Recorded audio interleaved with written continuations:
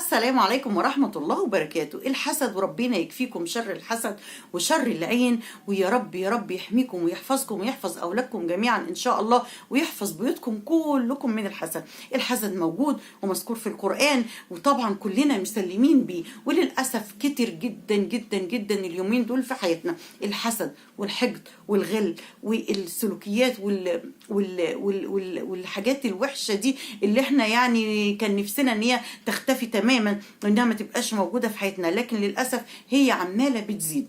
طيب ايه اللي يأكد لي ان انا عندي حسد في بيتي؟ ان في حد دخل بيتي وساب عين الحسد فيها، وحسد حاجة في البيت خلى البيت كله مقلوب رأسا على عقب.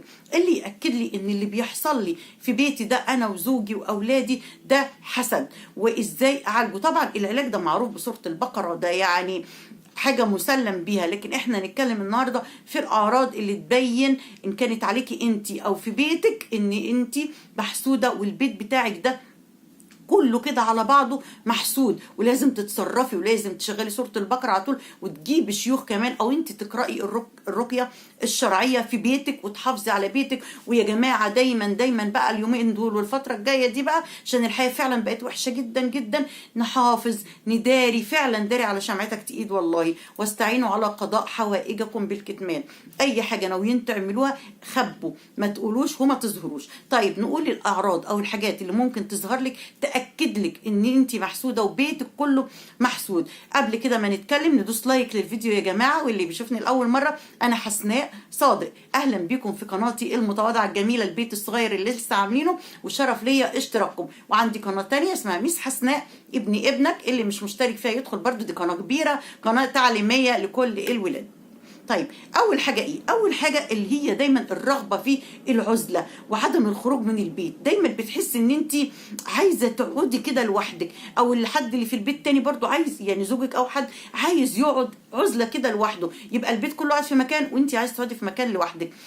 كمان انت مش قادره تخرجي بره البيت، يعني انت مش عايزه تخرجي ومش قادره ان انت تاخدي القرار وتخرجي من البيت، عايزه تفضلي قاعده في البيت كده علشان يعني حابة العزلة وحابة الانطواء وحابة القعدة لوحدك في البيت.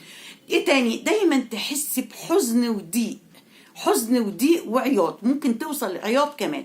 طب ايه سبب الحزن؟ مش لاقي حاجه، حد زعلك؟ لا. حد ضايقك؟ لا. حد قال لك كلمه وحشه؟ لا. حاجه وحشه حصلت لك؟ ما حصليش حاجه، بس دايما حاسه بضيق كده وبحزن داخلي. ممكن تكوني بتضحكي ومبسوطه، بس الضحكه مش طالعه صافيه، الضحكه مش طالعه من قلبك، انت بتضحكي من وشك بس، لكن جواكي حزن وضيق. وممكن تقعدي سرحانه كده مع نفسك، ممكن اللي حواليك كله عمال يضحك وانت تبتسمي وتضحكي كده، لكن من جواكي عارفه عايزه اوصفها لك ازاي؟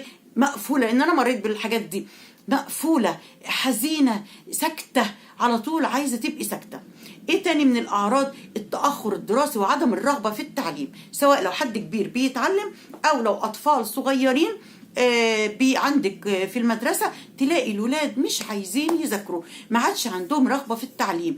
أساسا هم كانوا متفوقين وكانوا كويسين وشاطرين جدا، فجأة الولاد مستواهم نزل، فجأة الولاد مش عايزين يذاكروا أبدا أبدا أبدا، ونكد وزعل بقى بسبب مستواهم الدراسي اللي هو نزل ده.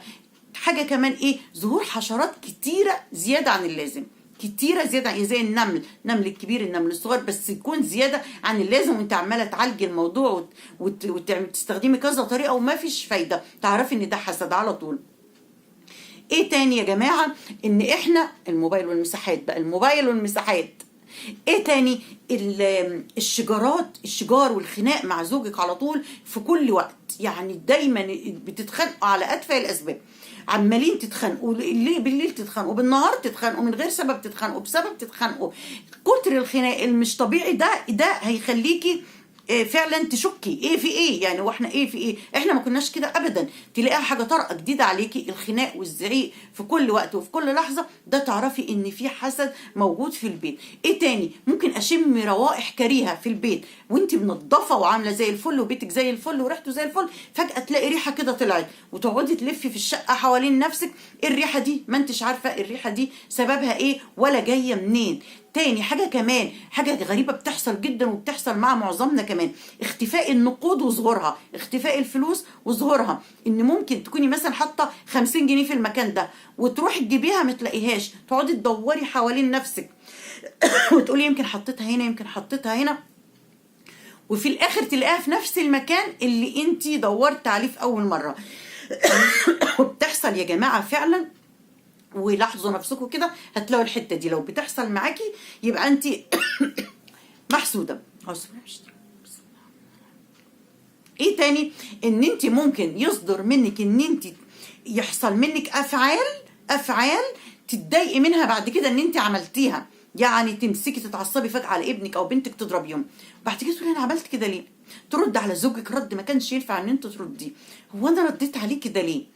تكبري موضوع قوي قوي قوي وهو ما كانش مستاهل انه يكبر اصلا. واللي ياكد لك ان ده حسد ان انت بترجعي بعد كده تنقضي نفسك وتزعلي من نفسك، هو انا ليه عملت كده؟ هو انا ليه وصلت للمرحله دي؟ الحاجات اللي انا قلتها دي كلها حاجات ممكن تكون فعلا تبين ان انت بيتك فيه حسد. طيب هل كل ده يبقى موجود؟ مش شرط كل ده بيبقى موجود، حاجتين 3 منهم 4 5 كلهم موجودين، يبقى تعرفي ان انت لازم تحصني بيتك كويس جدا جدا. الرقية الشرعية سهلة وموجودة على الفيسبوك، موجودة ابحثي فيها سيرش كده على جوجل هتلاقي الرقية الشرعية وهيعرفك ازاي تعمليها بالظبط. تقري الرقية الشرعية سورة البقرة تشتغل في البيت 3 أيام متواصل تشتغل في البيت 3 أيام متواصل ما تقفلهاش. وكمان النصيحة الأخيرة ان انت تداري على نفسك. انا بنصح نفسي قبلكم لان انا ما كنتش بعمل كده خالص بصراحة، لحد ما يعني زي ما بنقول كده ايه اتقرصنا كذا قرصة كده ورا بعض، حسيتك فعلا ان الدنيا ما عادش فيها خير، حسيتك فعلا ان العين حق، وان فعلا العين دي بتدمر بيوت، وربنا يعافينا كلنا بتخرب بيوت، وربنا يعافينا كلنا يا رب بتوصل للقبور فعلا زي ما الرسول عليه الصلاة والسلام قال. فحصني نفسك وداري على شمعتك وداري على اولادك، علشان فعلا الموضوع بقى صعب. والناس المشكلة ان بيجيلك الحسد من اقرب الناس ليك اللي انت